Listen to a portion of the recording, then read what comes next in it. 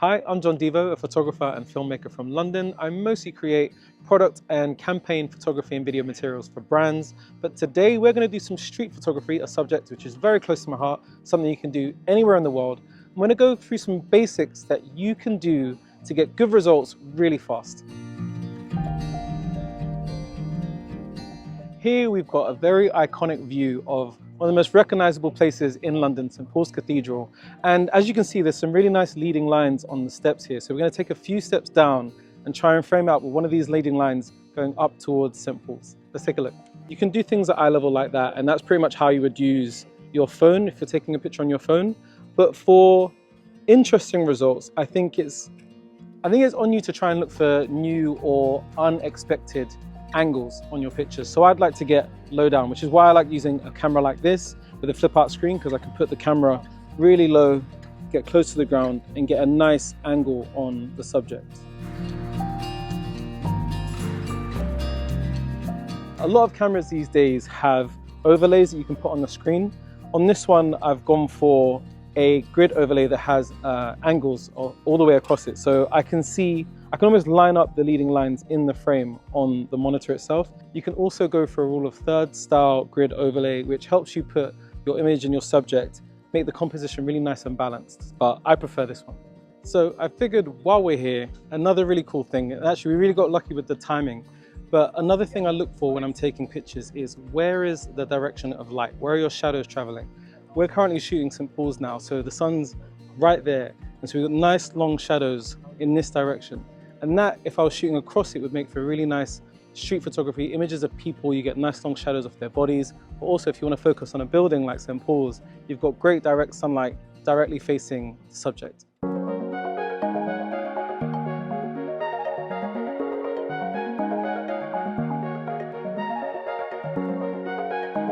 Because you've got a lot of moody clouds, I'm actually shooting some of these in a picture profile called Leica monochrome, and I think that really makes the definition in the clouds and the tone difference between the clouds really nice and dramatic. So also I would say play with your picture profiles or LUTs if you have those installed on your camera as well, because you can get some really nice effects in camera. You don't have to worry about editing it in post. I think that's a nice, quick, easy way to get great shots that look like how you want in the camera.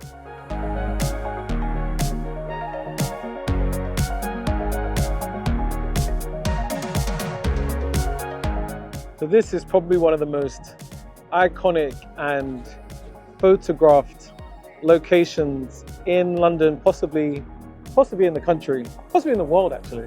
I've seen images of this all over the world from different creators. But it's iconic because you've got St. Paul's, which is one of the most recognizable places on the London skyline, framed by the wonderful and uniquely architectured Millennium Bridge. This speaks to the point I was saying about leading lines, because you've got the two lines of the bridge perfectly framing St. Paul's Cathedral. So if you had a person standing here, for example, it makes for a really nice frame for them, but naturally, or not naturally, it's been designed to frame St. Paul's really well as well.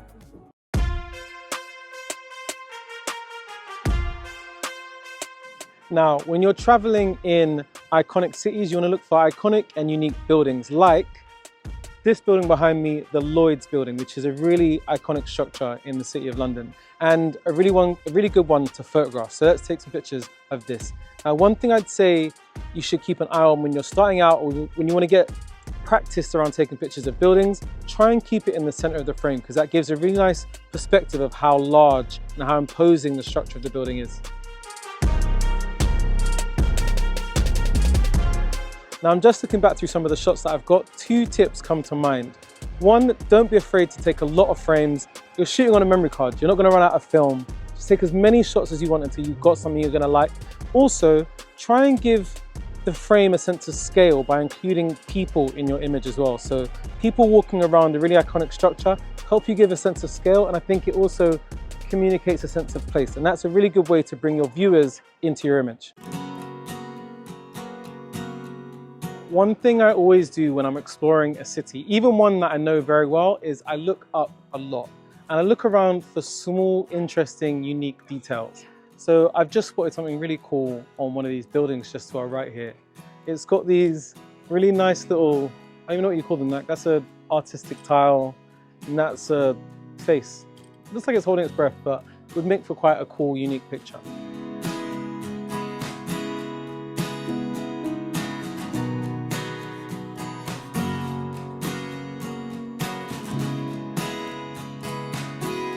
Now, a crucial thing to remember when you're out taking pictures, have fun.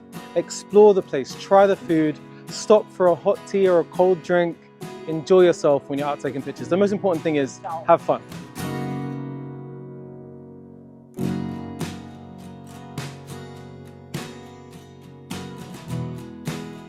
If you want to take pictures of friends and family when you're out and about traveling, one thing to pay attention to, and often something that people get wrong, is they get really close to iconic places or landmarks. If you're standing close to something, it's really hard to get a good shot of it.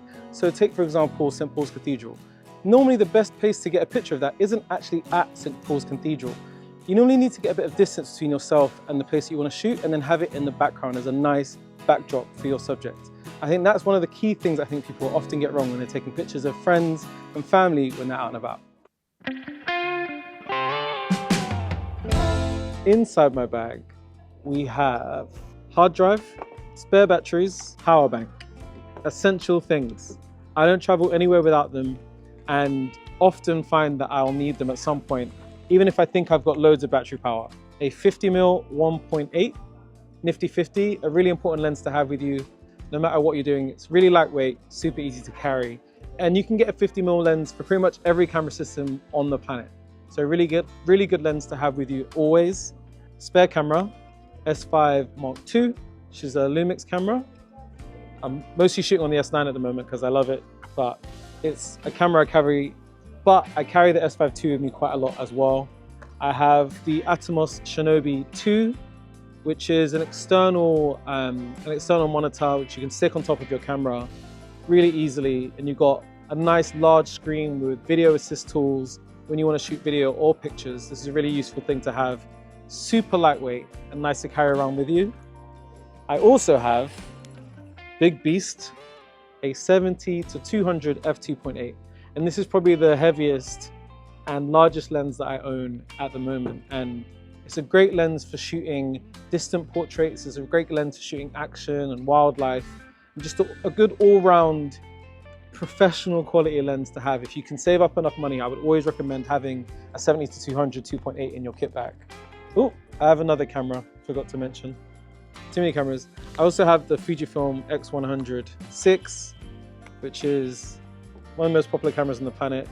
Again, I don't necessarily need to have this with me, but it's a great street photography camera, and I take it everywhere with me just in case I want to capture some nice street style portrait images or just general cityscape. So I carry this with me just out of habit.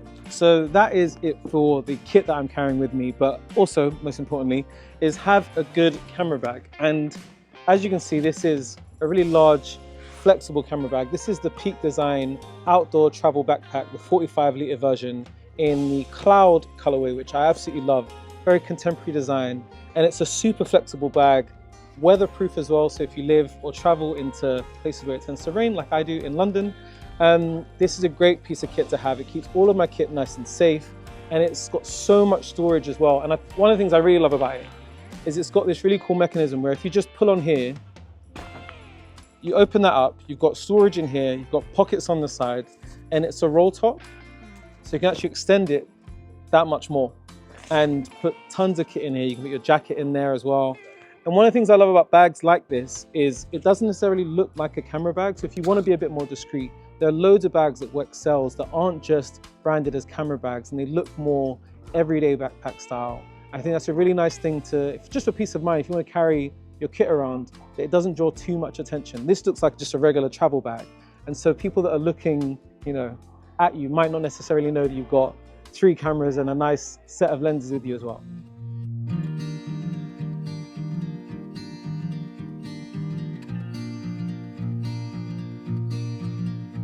That's it from me and our brief guide to getting great results quickly. I'm just going to go over some of our key tips that I would share with you guys today as well. First thing, composition. Try and frame your subject or the building that you're looking at in a nice, appealing way. Either you can go straight down the middle or use the guides on your camera's screen to help you compose your shots better. Also look up, look for details, pay attention to the light, where is it traveling? Look for shadows, interesting things that bring focus to the people or the subjects that you're shooting. And lastly, enjoy what you're doing. Explore the place, try the food, have a drink, just have a great time when you're out taking pictures. That's the most important thing.